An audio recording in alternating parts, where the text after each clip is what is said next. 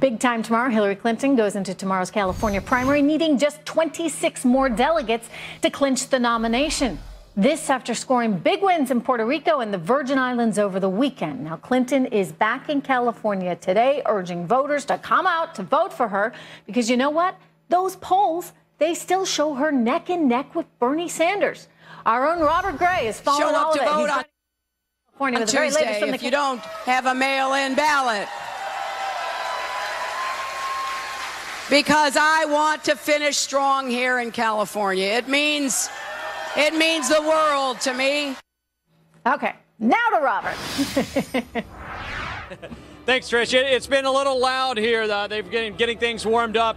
Hillary Clinton's due on stage behind me in a little less than an hour's time. And believe me, we've already heard Donald Trump's name several times. It's we're standing in the Plaza Mexico, so as you can imagine, a very strong Latino turnout here, including some of the elected officials, state officials who were on stage earlier warming up the crowd and making mention about some of Trump's comments. So clearly, we expect to hear a little bit more about that, likely from candidate Clinton here in a little while. But you mentioned the race is tightening up here. We've got 475 delegates at stake in tomorrow's balloting. Take a look now at the delegates. You talk about it, the magic number, just about 24 now for Clinton, likely to get it, but it is a very tight race, and Sanders looking to make a case for himself by winning the Golden State, Trish, and you know, he could be closed in on the number of pledged delegates. When you look at the super delegates, that's where she has the huge advantage, 500, almost 550 to his just about 50. So, you know, Sanders could make the case if he's able to be close to delegates, win California, to try and sway some of those super delegates over to his side at the convention. So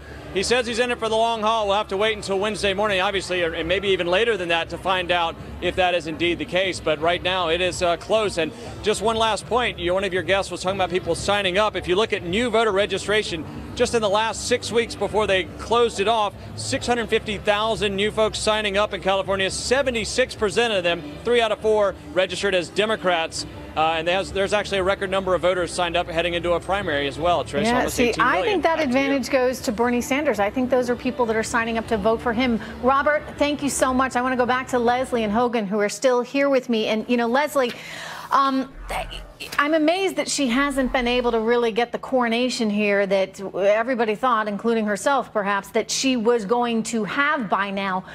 What do you think is going to happen in California? I think she's going to win. I think it's going to be close, but I think that so many people that are registering as Democrats, I would disagree with you. People that register as Democrats, to me at least, the people I'm meeting, the people I talk to on my radio show, are more so pro-Hillary. It's people that register as independents that seem to be more so pro-Bernie. But I don't think she's going to, I don't think we're going to see some of the margins that we're seeing in some, you know, polls like Real Clear Politics that show a double-digit lead. Some field polls here in California that include cell phone or online tracking, which would include millennials, definitely show them either neck and neck or with at maximum a 2% difference. So I think she'll win, but I think it will be very close, and that's obviously what Senator Sanders is hoping for. The fact that it's so close, so even if she wins, regardless of when she wins or loses, if it's that close, Hogan, if you're a Bernie Sanders supporter that has been out there campaigning for him and going to all those rallies, don't you feel a little disenchanted with your whole system? Because you're saying to yourself, look, she's that close to him in the popular vote, but the only reason she's actually getting this thing is because they got that superdelegate system, which frankly is not fair.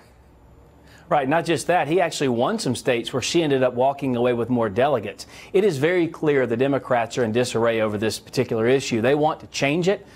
However, they can't until convention, and right now the system is set up. It is rigged. Bernie is correct, and it's rigged for Hillary Clinton. She has all the super delegates, which will put her over the top. Even when Barack Obama was defeating her way back in 2008, he still couldn't get to persuade but about 24 delegates of the super delegates over to him. Right. Bernie is losing to Hillary at every turn. There's no way he's going to get those delegates to come onto his side. Yeah, no, clearly the handwriting's on the wall for him. But he's sticking around. Leslie, why is he sticking around? Real quick, I got 10 seconds. There are a number of reasons. Okay. Bottom line is he wants to change this rigged system, and if he wins California, even gets a lot from California, it's a dream that he'll get the superdelegates, but possibly he could change the platform and the superdelegates going forward, and I think that's what he's hoping for. Well, there you go. You just said it was a rigged system. That's right. That's right. All right. All right. Well, on agreement on something. I didn't say it wasn't. Okay. All right. I thought you might, but okay. No, you were. Anyway, good to see you guys. Leslie and Hogan, good to have you.